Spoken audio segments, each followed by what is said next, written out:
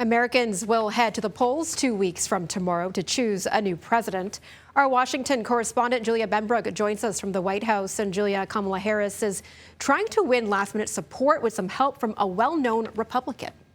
And it's a part of an aggressive bid to win over independents and moderates, including those who consider themselves anti-Trump Republicans. Harris today is out on the campaign trail with former representative from Wyoming, Liz Cheney. She's a staunch conservative. So this is an unlikely duo. If you were thinking about this a few years ago, it would have seemed like a crazy idea to see the two of them on the campaign trail together. But Cheney is a part of a growing group of Republicans who are making the argument that former President Donald Trump is a threat to democracy. Now, this is a part of a wide pitch from the Harris campaign. In fact, Harris was with about 100 Republicans just last week, making the same kind of plea, saying no matter who you voted for last time, no matter what party you are a part of, there is a place for you in this campaign.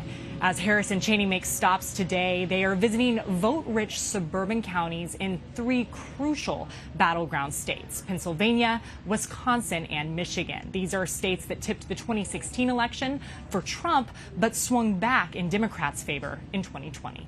And Harris and Cheney are obviously trying to reach voters who supported Nikki Haley in the Republican primary, but Donald Trump is also trying to appeal to that group as well, Julia.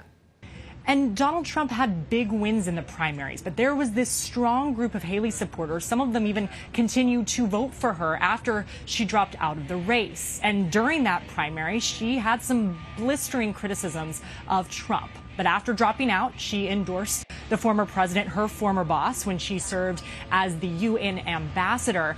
And then she actually spoke in support of him at the Republican National Convention. She was a late add to that convention lineup. But we're hearing that the Trump team is in talks with Haley about a potential joint appearance in these final weeks. And no events have been scheduled yet, but sources say that some of those discussions centered around a Fox News town hall in late October. And early voting is already underway, so you have to wonder whether there are still some undecided voters out there. It's a good question, and it is a small group, but a powerful group. While a lot of people have already made up their minds, some of them already participating in early voting, that small group of undecided voters are going to be key, because recent polling shows that this is a tight race, and specifically polling in those 7 battleground states that we're watching. So we expect both Trump and Harris to continue and try and make these appeals to those more moderate, independent voters who might still be trying to pick who they want to support. Melissa?